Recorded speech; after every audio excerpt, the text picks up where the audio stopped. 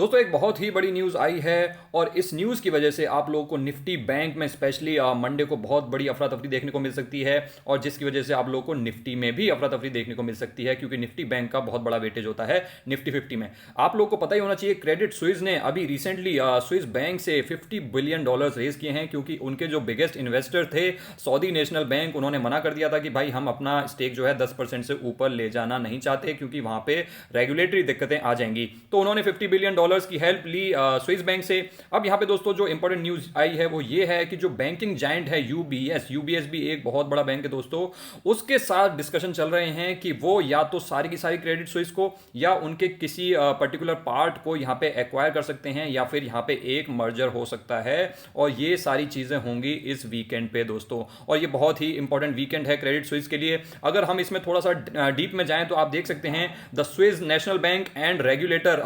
FINMA FINMA are organising talks between the boards of the two banks. यहाँ पे दोस्तों जो उनके रेगुलेटर हैं, जैसे कि हमारे यहाँ पे RBI एक रेगुलेटर है, वैसे ही वहाँ पे FINMA है और यहाँ पे उनको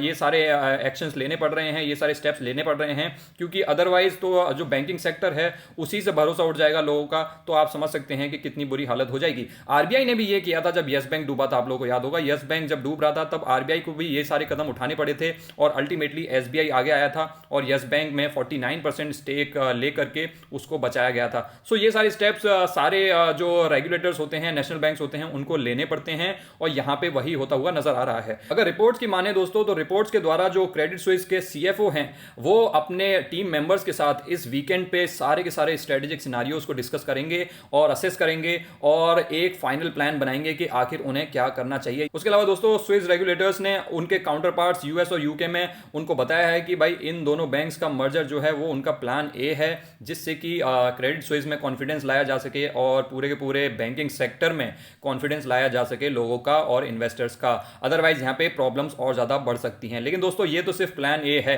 इसके अलावा भी काफी सारे ऑप्शंस हैं जो दोनों को दोनों बैंक्स और जो नेशनल बैंक्स हैं और जो रेगुलेटर्स हैं वो एक्सप्लोर कर रहे हैं कि यहां पे और क्या किया जा सकता है और क्या क्या रेगुलेटरी कंस्ट्रेंट्स रहेंगे जो की चीजें हम कर सकते हैं और कुछ चीजें जो कि नहीं कर सकते हैं। ये सारी की सारी चीजें की जा रही हैं दोस्तों। लेकिन उससे भी इंपॉर्टेंट चीज क्या है दोस्तों, ये आप ये पार्ट पढ़िए। The Swiss central banks focus is on agreeing a straight forward solution before market opens on Monday. यहां पे दोस्तों सॉल्यूशन ही नहीं ढूंढा जा रहा है, उसको जल्दी से जल्दी ढूंढा जा रहा है और प्रेफरेबली वीकेंड तक ये सॉल्यूशन मिल जाए। तो ऐसी बातें चल रही हैं कि वीकेंड तक ही सॉल्यूशन आ जाना चाहिए क्योंकि अगर मंडे को मार्केट खुलने से पहले कोई सॉल्यूशन नहीं आया तो ऐसा हो सकता है कि क्रेडिट स्विस का जो स्टॉक है, जो शेयर प्राइस है, वो और ज्यादा क्रैश कर जाए और वहां पे और ज्यादा पैनिक का माहौल क्रिएट हो सकता है। सपोज करिए 30% से स्टॉक और ज्यादा गिर जाता है जो कि पिछले वीक में काफी ज्यादा गिरा भी था, तो वहां पे और भी ज्यादा प्रॉब्लम्स क्रिएट हो जाएंगी, बहुत ज्यादा पैनिक वाला माहौल हो जाएगा, पूरी दुनिया में ये एक न्यूज बन जाएगी और दिक्कतों का सामना करना पड़ सकता है स्विस सेंट्रल बैंक को और उनके रेगुलेटर्स को।